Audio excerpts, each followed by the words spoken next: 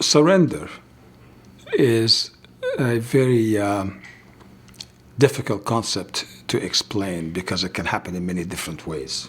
Addiction simply made me go places that normal people don't go. But as a result of that, I was able to see life from a different spot. There were a lot of things that made me very desperate, and it continued to get worse to the point where I was, if it had happened any longer, I had no choice but to end it. Like, I just had to end my life. I didn't want to be there.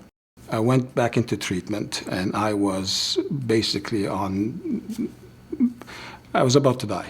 I had lost hope of being able to control it. I hated being addicted to drugs. I saw my life, I had such big dreams for my life, and now it had been reduced to nothing. And even worse than that, things that I had not even imagined. I'd never even known what addiction was. I never had anybody in my family that suffered from alcohol or drugs or any of that nature. I didn't know what it was. But the miracle as to why I'm alive today, why I survived this, because I was in a very bad situation, is that I walked into my room at one time after I'd been there for about a day, and I was told I was going to die, basically.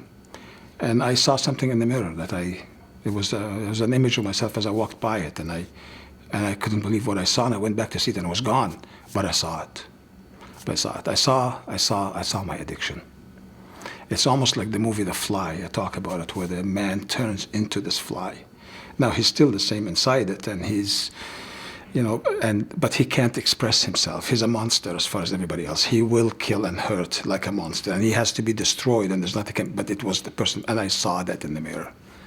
Now, the thing about addiction that's very cunning is you don't see it. You don't see yourself that way. You always think that people hurt me if they could only understand what I went through. If you were in my place, you would do the same thing. Had this not only happened to me, if this would only happen, everything would be different. It just tricks you.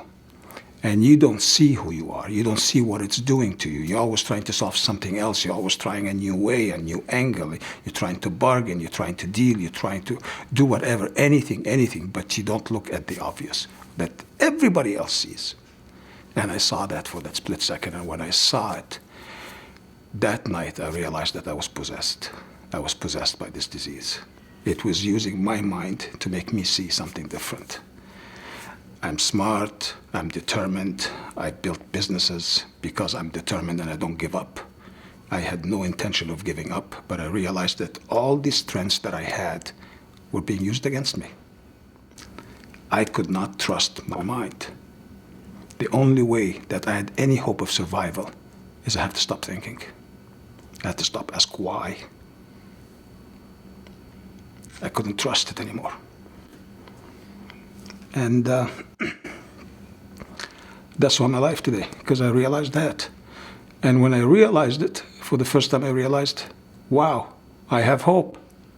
I have hope. I saw maybe a different way. I just have to have others help me.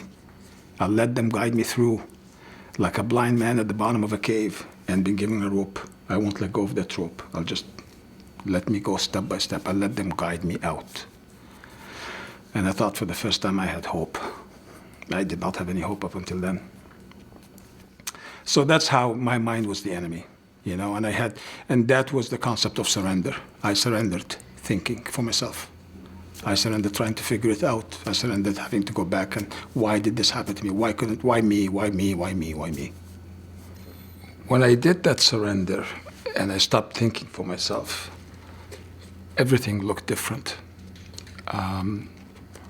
But the best way to describe it, how I was at that time, is if they had told me walk and there was a cliff in front of me and I would 2,000-foot drop and told me, don't worry, there's a bridge there. And my eyes sees that I would fall. I would trust what they were saying more than I would my eyes. Like, that's the kind of surrender that I had to go through.